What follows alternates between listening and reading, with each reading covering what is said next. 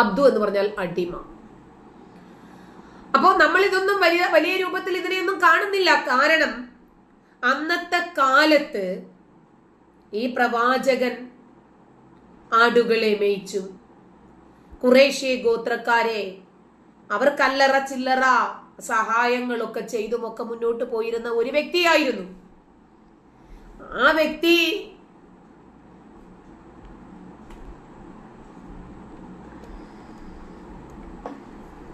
ഈ പ്രവാചകനെ സംബന്ധിച്ചിടത്തോളം അന്നത്തെ കാലത്ത് എല്ലാവർക്കും ചെറുകിട ജോലികളൊക്കെ ചെയ്തു കൊടുത്ത് അങ്ങനെ ഒരു ഗൈഡൻസ് ഇല്ലാതെ വളർന്ന ആളാണല്ലോ.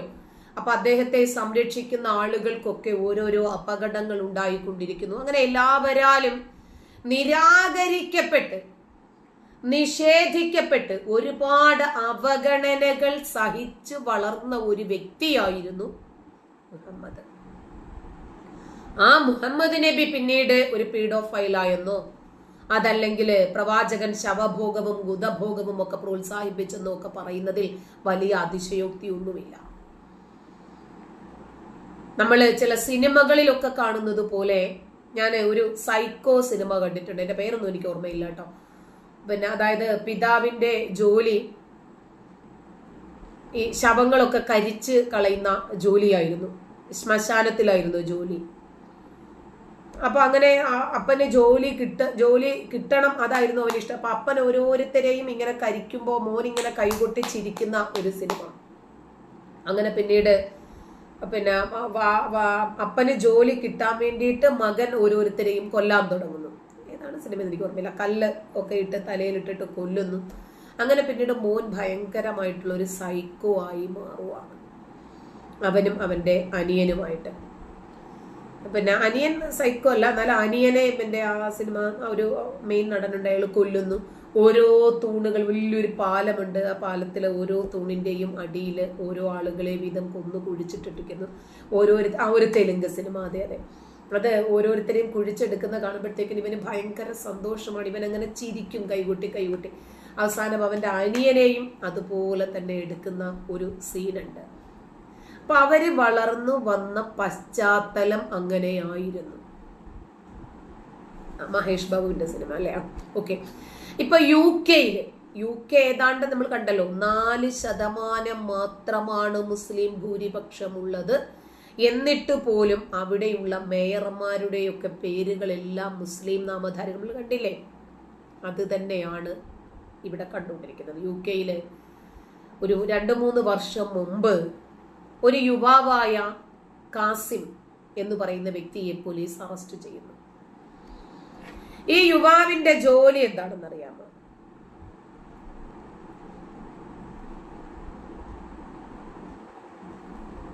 സ്പൈഡർ എന്നാണ് അത്ര സിനിമയുടെ പേര് കേട്ടോ, എനിക്ക് ഓർമ്മയില്ല. എനിക്ക് പേരുകളൊന്നും അറിയില്ല, നടന്മാരുടെ പേരൊന്നും അറിയില്ല.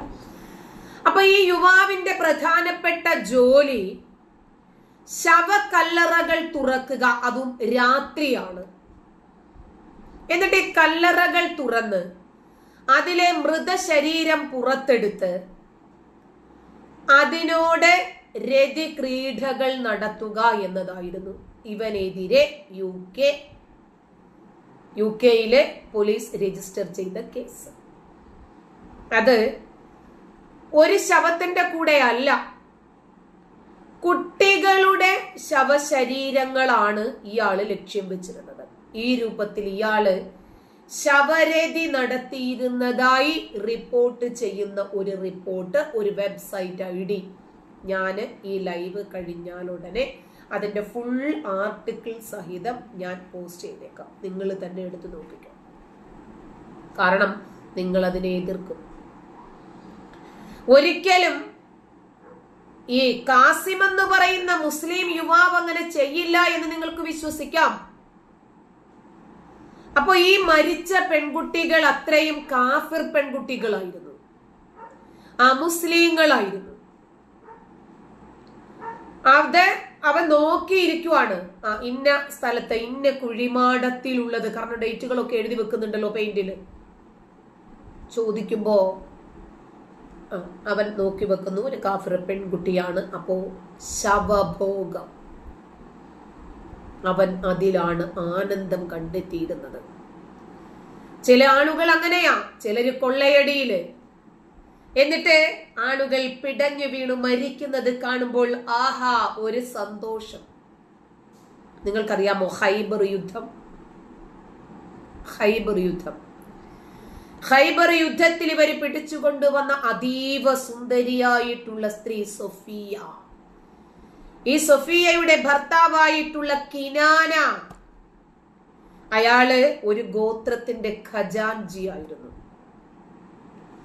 ഈ സൊഫിയയുടെ പിതാവ് ഒരു ഗോത്രത്തിന്റെ തലവനായിരുന്നു. സമ്പത്താണ് പ്രധാനമായിട്ടും ഉദ്ദേശിച്ചത്. നബിക്ക് പ്രത്യേകിച്ച് തൊഴിലൊന്നും ഇല്ലല്ലോ, കൊള്ളയടി തന്നെയാണ് തൊഴില്. അത് കഴിഞ്ഞാൽ കൊള്ളയടിച്ചു കൊണ്ടുവരുന്ന ആ നാട്ടിലുള്ളതെല്ലാം ഇവർക്കാണല്ലോ. പിന്നീട് ആ പെണ്ണിനൊരു ഇച്ചിരി ലൈംഗികത കൊടുക്കുക. അള്ളാഹു എത്ര കാരുണ്യവാനാണെന്നാ നിങ്ങൾ വിചാരിച്ചിരിക്കുന്നത്? അടിമ പെണ്ണിനും ഇച്ചിരി സുഖമൊക്കെ വേണ്ടേ? അപ്പൊ അടിമ പുരുഷനോ അതൊന്നും ഇവിടെ പറ്റില്ല. സ്വയംഭോഗം അതും പറ്റില്ല. അങ്ങനെ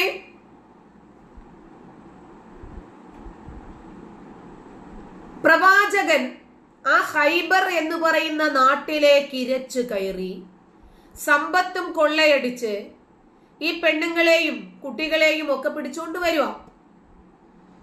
അതീവ സുന്ദരിയായ ഒരു പെണ്ണിനെ ദിഹിയ എന്ന് പറയുന്ന പ്രവാചകന്റെ ഒരു അനുചരന് കിട്ടുമ്പോൾ ആൾക്കാർ പറയുന്നു, നബിക്ക് സൗന്ദര്യം വലിയ ഇഷ്ടമല്ലടാ, ഈ പെണ്ണിനെ നബിക്ക് കൊടുത്തേക്കണം. ഇല്ല, ഞാൻ കൊടുക്കത്തില്ല. ഒടുവിൽ ഈ വാക്ക് ഈ അങ്ങോട്ടും ഇങ്ങോട്ടും പറഞ്ഞു ഒടുവില് ഇത് നബിയുടെ ചെവിയിലും എത്തി. അപ്പൊ നബി പറഞ്ഞു, ആണോ നല്ല സുന്ദരിയാ? സൗന്ദര്യമുള്ള സ്ത്രീകൾ നബിയുടെ വീക്ക്നെസ് ആണ് എന്ന് 33-ാം അധ്യായമായ സൂറത്തുൽ അഹ്സാബിലെ 51-ലും 2-ലും അള്ളാഹു പറയുന്നുണ്ട്. 52-ൽ പറയുന്നത്, ഇനി മറ്റുള്ള സ്ത്രീകളുടെ സൗന്ദര്യത്തിൽ നീ ആകൃഷ്ടനായാലും മുഹമ്മദേ നീ കെട്ടല്ലേ പ്ലീസ്. കുറച്ചു പറയും, ഭയങ്കര സുന്ദരിയാടാ. സുന്ദരിയാണ്. അപ്പൊ നബി വന്നവളെ ഒന്ന് നോക്കി, എന്തൊരു ചാരുത, എന്തൊരു സൗന്ദര്യം. ലജ്ജ കൊണ്ട് നബിയുടെ കണ്ണുകൾ കൂമ്പി. ഉടനെ തലപ്പാ വഴിച്ചവളുടെ തലവഴിയിട്ടു. ഇനി ഇവളെ ആരും കാണണ്ട, ഞാൻ മാത്രം കണ്ടാ മതിയെന്ന്. ശരി. എന്നിട്ട് ആ സ്ത്രീയെ നബിയുടെ അടുത്തേക്ക് കൊണ്ടുവരികയാണേ.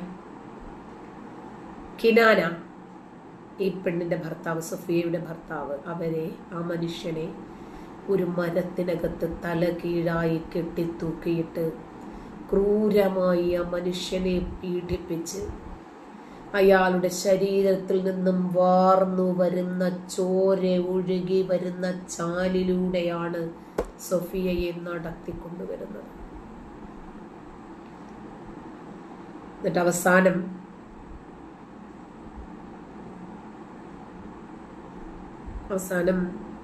പ്രവാചകൻ ഇവരെ കൊണ്ടുവന്ന ആളിനോട് ചോദിക്കുകയാണ്, എന്തിനാ ഇതുവഴി കൊണ്ടുവന്നത് അവരെ?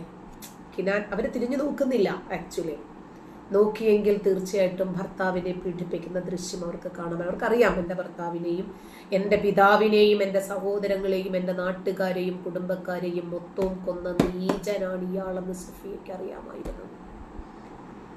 മനസ്സിലായോ? ആ ബാബു ടീച്ചറിന്റെ വീഡിയോ മറ്റു ഫോണിൽ കാണുന്ന കുട്ടികളെ എനിക്കറിയാം. Okay, thank you. അപ്പൊ ഇത്രയും ക്രൂരത ചെയ്യാൻ നബിക്കു പറ്റും. അത് കാണിച്ചു കൊടുത്ത നബിയുടെ അനുയായികൾക്കും പറ്റും. മനസ്സിലായോ?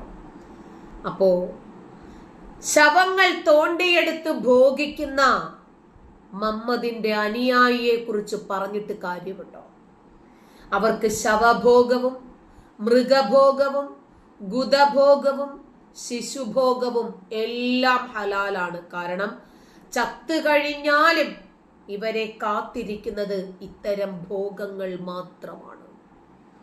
അപ്പോൾ പിന്നെ കാസിമിനോട് പോലീസ് പിടിച്ച് എന്തിനാണിത് ചെയ്തത് എന്ന് ചോദിച്ചപ്പോൾ അവർ കാഫിറുകളാണ്.